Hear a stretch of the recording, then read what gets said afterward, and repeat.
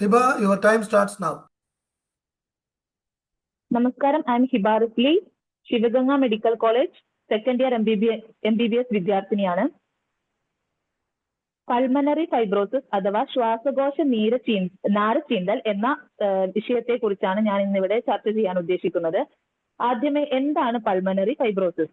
ശ്വാസകോശത്തിലെ കലകൾക്ക് കേടുപാടുകൾ സംഭവിക്കുകയും കട്ടിയാവുകയും പാടുകൾ ഉണ്ടാവുകയും ചെയ്യുന്ന ഒരു രോഗാവസ്ഥയാണിത്. കട്ടിയാവുകയും പാടുകൾ ഉണ്ടാവുകയും കാരണം തന്നെ ശ്വാസകോശത്തിന്റെ ഇലാസ്തികത നഷ്ടപ്പെടുകയും ഓക്സിജൻ കൈമാറ്റം തടസ്സപ്പെടുകയും ചെയ്യുന്നു. ശ്വസന നിയന്ത്രിത രോഗം പ്രധാനമായും രണ്ട് ഇനങ്ങളാണ് ഉള്ളത്. അന്തർലീന ശ്വാസകോശ രോഗവും ബാഹ്യ ശ്വാസകോശ രോഗവും. അന്തർലീന ശ്വാസകോശ രോഗത്തിലാണ് ശ്വാസകോശത്തിന്റെ കലകൾക്ക് കേടുപാടുകൾ സംഭവിക്കുന്നത്. ന്യൂമോകോണിയോസിസ്, ഓട്ടോ ആന്റിബോഡി, ഗ്രാനുലോമാറ്റസ്, മരുന്ന് സമ്പർക്കം, ഇഡിയോപതിക് തുടങ്ങിയവയെല്ലാം ഫൈബ്രോസിസിലേക്ക് നയിക്കുന്നു. ഇനി സങ്കീർണത. പൾമനറി ഫൈബ്രോസിസ് ഉണ്ടാവുന്നതോടുകൂടി ശ്വാസകോശത്തിന്റെ വഴക്കം കുറയുകയും ഇലാസ്റ്റിക് റീകോയിൽ വർദ്ധിക്കുകയും ചെയ്യുന്നു. തുടർന്ന് ശ്വാസകോശ വികാസം കുറയുന്നു. അത് പിന്നീട് ശ്വാസകോശത്തിലേക്ക് എടുക്കുന്ന വായുവിന്റെ അളവ് കുറയ്ക്കുകയും ഹൈപ്പോക്സിയ അഥവാ രക്തത്തിലെ ഓക്സിജൻ അളവ് കുറയുകയും ചെയ്യുന്നു. ശ്വാസകോശത്തിലെ വ്യാപകമായ മുറിപാട് സാധാരണമായി അവസാനഘട്ട ശ്വാസകോശം എൻഡ് സ്റ്റേജ് ലങ് അല്ലെങ്കിൽ ഹണികോം ലങ് എന്ന് വിളിക്കുന്നു. അവസാനമായി ഇവയെല്ലാം കോർ പൾമനൈൽ അതിലേക്ക് നയിക്കുന്നു. കോർ പൾമനൈലിന്റെ സിംറ്റംസും കാര്യങ്ങളുമാണ് ഈ ചിത്രത്തിൽ കാണിച്ചിരിക്കുന്നത്. ഇതൊരു ഒന്നുകൂടി വ്യക്തമാക്കുന്നതിന് വേണ്ടിയിട്ട് അതിന്റെ പ്രവർത്തന രീതി നോക്കാം. ഹൈപ്പോക്സിയ ഉണ്ടാകുന്നതോടുകൂടി പൾമനറി വാസോ കൺസ്ട്രിക്ഷൻ ഉണ്ടാവുകയും പൾമനറി വാസ്കുലാർ റെസിസ്റ്റൻസ് വർദ്ധിക്കുകയും ചെയ്യുന്നു. പൾമനറി ആർട്ടീരിയൽ പ്രഷർ വർദ്ധിക്കുകയും വലത് വെൻട്രിക്കുലാർ ഫെയിലർ ഉണ്ടാവുകയും അത് പിന്നീട് SVCയും IVCയും വഴി രക്തത്തിന്റെ ബാക്ക് ഫ്ലോ ഉണ്ടാക്കുകയും ചെയ്യുന്നു. SVCയിലുള്ള ബാക്ക് ഫ്ലോ കാരണം ഈ ചിത്രത്തിൽ കാണിക്കുന്നത് പോലെ ജുഗുലാർ വീനസ് പൾസ് വർദ്ധിക്കുകയും IVCയിലുള്ള ബാക്ക് ഫ്ലോ കാരണം കാലിലെ നീരുണ്ടാകുന്നതിനും കരൾ വീക്കം ഉണ്ടാകുന്നതിനും കാരണമാകുന്നു. ഇനി പ്രധാനമായും നമുക്ക് നോക്കാനുള്ളത് ഇഡിയോപതിക് പൾമനറി ഫൈബ്രോസിസിനെ കുറിച്ചാണ്. ഇഡിയോപതിക് പൾമനറി ഫൈബ്രോസിസ് എന്നത് പുരോഗമനപരമായ ഇന്റർസ്റ്റീഷ്യൽ ഫൈബ്രോസിസിനും ശ്വസന പരാജയവും കൊണ്ട് അടയാളപ്പെടുത്തിയ ഒരു ക്ലിനിക്കോ പാത്തോളജിക്കൽ ശ്വാസകോശ സിൻഡ്രോമിനെയാണ് സൂചിപ്പിക്കുന്നത്. ഫൈബ്രോസിസ് പാറ്റേണിന്റെ ഹിസ്റ്റോളജിക് സ്വഭാവം സാധാരണയായി യൂഷ്വൽ ഇന്റർസ്റ്റീഷ്യൽ ന്യൂമോണിയയാണ്. മറ്റ് രോഗങ്ങളിലും പ്രത്യേകിച്ച് കണക്റ്റീവ് ടിഷ്യൂ രോഗങ്ങൾ, chronic hyper sensitivity pneumonia, asbestosis എന്നിവയും ഇതേ ഫൈബ്രോസിസ് പാറ്റേൺ കാണപ്പെടാം. ഈ ചിത്രത്തിൽ നോർമലായ ശ്വാസകോശത്തിന്റെയും ഫൈബ്രോസിസ് ബാധിച്ച ശ്വാസകോശവും തമ്മിലുള്ള വ്യത്യാസമാണ് കാണിക്കുന്നത്. ഈ രോഗോത്പാദനം അഥവാ പാത്തോജെനസിസ്.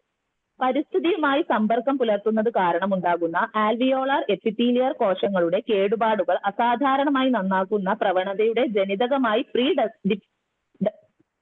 പ്രീഡിസ്പോസിഷൻ ഉള്ള വ്യക്തികളിലാണ് IPF പ്രത്യക്ഷപ്പെടുന്നത്.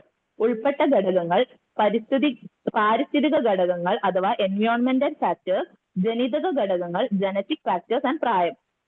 പാരിസ്ഥിതിക ഘടകങ്ങൾ: സിഗരറ്റ് പുക, വായു മലിനീകരണം, മൈക്രോ ആസ്പിറേഷൻ, ലോഹവാതകങ്ങൾ, മരപ്പൊടി ഇതുപോലുള്ള പദാർത്ഥങ്ങളുമായി സമ്പർക്കത്തിൽ വരുന്ന ആളുകൾ, കൃഷി, മുടി അലങ്കരിക്കൽ, കല്ല് മിനുസപ്പെടുത്തൽ തുടങ്ങിയ ചില ജോലികളിൽ ഏർപ്പെടുന്ന ആളുകൾ, ഇവർക്കെല്ലാമാണ് ഈ രോഗം വരാൻ ഉള്ള സാധ്യത കൂടുതൽ. ഇനി ജനിതക ഘടകങ്ങൾ നോക്കാം. ടീലോമെയർ പരിപാലനത്തിൽ ഉൾപ്പെട്ടിരിക്കുന്ന TERT, TERC, TARN, RTEL1 എന്നിവയിൽ മ്യൂട്ടേഷനുകൾ IPFന്റെ വർദ്ധിച്ചു വരുന്ന അപകട സാധ്യതയുമായി ബന്ധപ്പെട്ടിരിക്കുന്നു.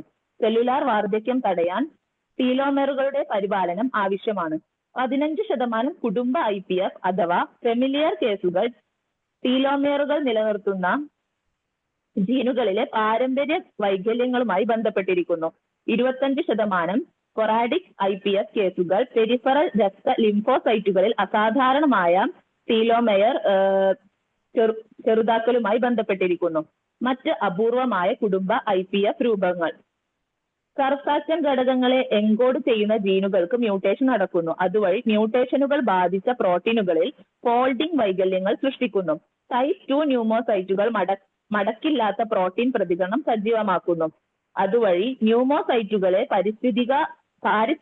പാരിസ്ഥിതിക അക്രമങ്ങളോട് കൂടുതൽ സംവേദനക്ഷമമാക്കുന്നു. കോശങ്ങൾക്ക് കേടുപാടുകൾ, പ്രവർത്തനക്ഷമ ഇല്ലായ്മ, പരിക്ക് എന്നിവയിലേക്ക് നയിക്കുന്നു. IPF കേസുകളിൽ ഏകദേശം 1/3 MUC5B ജീനിന്റെ പ്രൊമോട്ടറിലെ ഒരു സിംഗിൾ ന്യൂക്ലിയോടൈഡ് പോളിമോർഫിസവുമായി ബന്ധപ്പെട്ടിരിക്കുന്നു. ഇനി അടുത്ത ഫാക്ടറായ പ്രായം നോക്കാം. IPF പ്രായവുമായി ബന്ധപ്പെട്ടിരിക്കുന്ന ഒരു രോഗമാണ്. 50 വയസ്സിന് മുമ്പ് ഇത് അപൂർവമായി മാത്രമേ ഉണ്ടാകാറുള്ളൂ. ഇത്രയും പറഞ്ഞ ഫാക്ടേഴ്സിന്റെ ഒരുമിച്ച് കാണിക്കുന്ന ഒരു ചിത്രമാണ് ഇപ്പോൾ കാണിക്കുന്നത്. ഇനി രൂപഘടന അഥവാ മോർഫോളജി.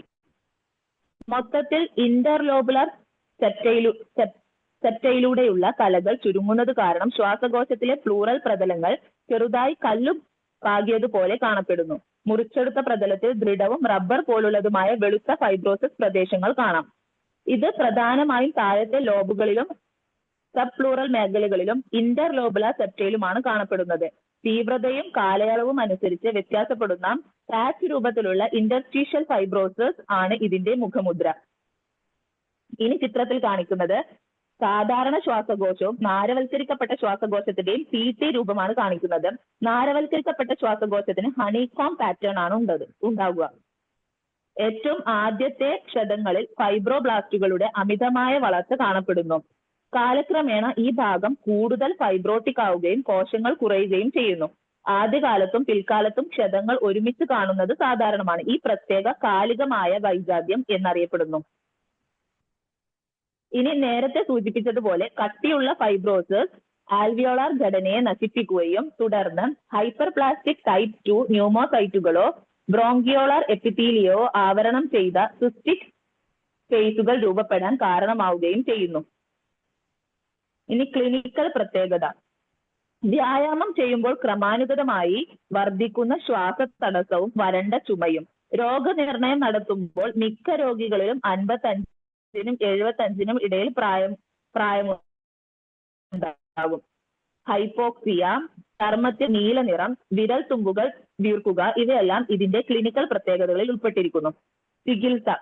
ശ്വാസകോശ മാറ്റിവെക്കൽ ശസ്ത്രക്രിയയാണ് ഇതിന്റെ പ്രധാനമായും ചികിത്സ. എന്നാൽ ഉള്ള രോഗത്തെ നമുക്ക് പുരോഗമിക്കുന്നതിന് വേണ്ടിയിട്ട് tyrosine kinase inhibitor, TGF beta antagonist എന്നിവ ഉപയോഗിക്കാം. രോഗനിർണയത്തിന് ശേഷം ഏകദേശം 3.8 വർഷമാണ് ശരാശരി അതിജീവന കാലയളവ്. നന്ദി.